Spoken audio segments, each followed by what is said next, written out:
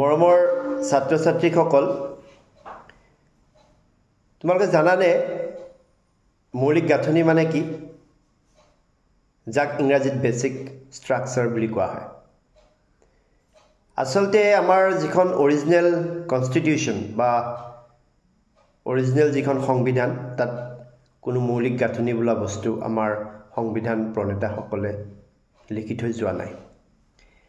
সময় বাগৰাৰ লগে লগে বিভিন্ন সুপ্ৰিম কোৰ্টৰ জাজমেন্টৰ ওপৰত বেছ কৰি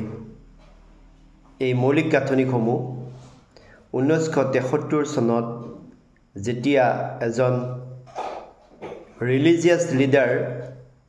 কেশৱানন্দ ভাৰতী এটা শুনানি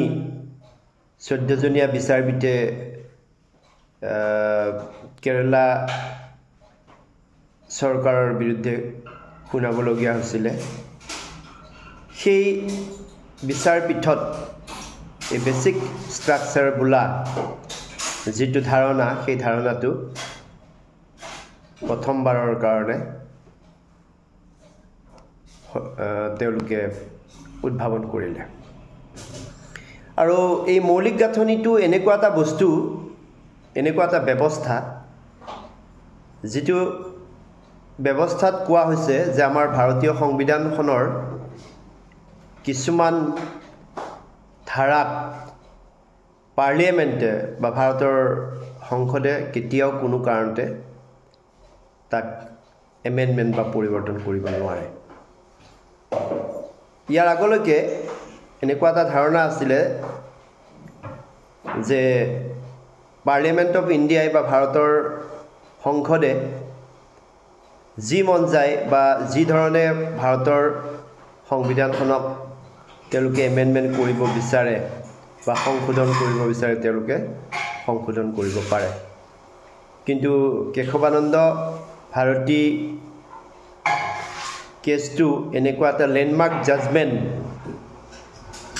দিয়া হ'ল য'ত পাৰ্লিয়ামেন্টৰ ক্ষমতাটো বহু পৰিমাণে কৰ্তন কৰা হ'ল মানে লিমিটেশনস জাপি দিয়া গ'ল এতিয়া এই মৌলিক গাঁথনি বা বেসিক স্ট্ৰাকচাৰত কেনেকুৱা ধৰণৰ ব্যৱস্থা আছে যেটো ব্যৱস্থাক ভাৰতৰ সংবিধানখনত পৰা পাৰ্লিয়ামেন্ট অফ ইণ্ডিয়া বা ভাৰতৰ সংসদে কেতিয়াও কৰ্তন কৰিব নোৱাৰে তাৰ ভিতৰত আছে আমাৰ ধৰ্ম নিৰপেক্ষতা তাৰ পিছত পাৰ্লিয়ামেন্টাৰী ডেমক্ৰেটিক সিস্টেম সংসদীয় যেটো ব্যৱস্থা ভাৰতৰ সুপ্ৰিমেসি অফ দা কনস্টিটিউশন মানে সংবিধানৰ প্ৰাধান্যতা বা সাৰ্বভৌমত্ব এইবোৰক সংসদে অভাৰটেক কৰিব নোৱাৰে বা সংশোধন কৰিব নোৱাৰে তাৰ পিছত সেপাৰেশন of পাৱাৰ্স independence of judiciary independence of judiciary মানে হল আমাৰ ন্যায়পালিকাৰ যেটো স্বাধীনতা সেই ব্যৱস্থাটো গতিকে এইবিলাক বেসিক স্ট্ৰাকচাৰ হয়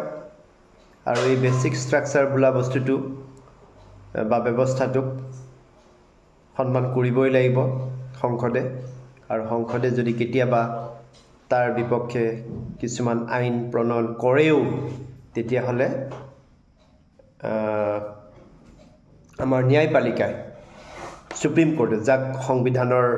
অভিভাৱক বুলি কোৱা হয় গাৰ্জিয়ান অফ দা কনস্টিটিউশন